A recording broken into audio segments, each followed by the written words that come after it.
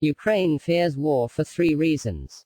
The situation on the battlefield in Ukraine is much worse now than it was in the beginning. Ukraine is losing more fighters than ever before. The country's lawmakers and civil society representatives say it is not possible to win the war with Russia with Soviet-era weapons. News from CNN. Oleksandra Ustinova, a member of the Ukrainian parliament, called on the United States to provide Ukraine with air defenses and warplanes. He says the situation on the battlefield is much worse now than it was then. "We can't win this war with Soviet equipment," said Daria Kaleniuk, a leading civil society activist. 1. Russia has far more Soviet equipment. 2. We are not getting ammunition for this weapon from anywhere else. 3. Russia has more people and more troops. Ustinova said Ukraine no longer wanted Soviet-era MiGs.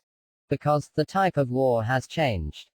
Instead, he said, Ukraine needed a multi-launch rocket system MLRS, Paladin self-propelled Howitzer and F-16 fighter jets to stop Russia. The lawmaker called on the United States to train Ukrainian pilots to use such warplanes.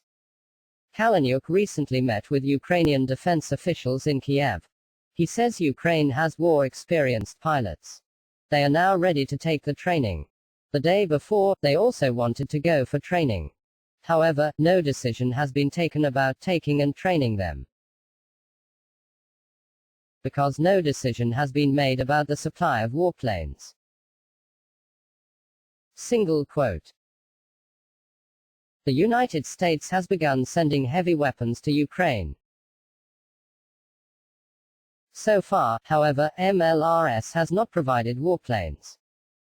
Ustinova and Kaleniuk are in Washington this week to attend multiple meetings.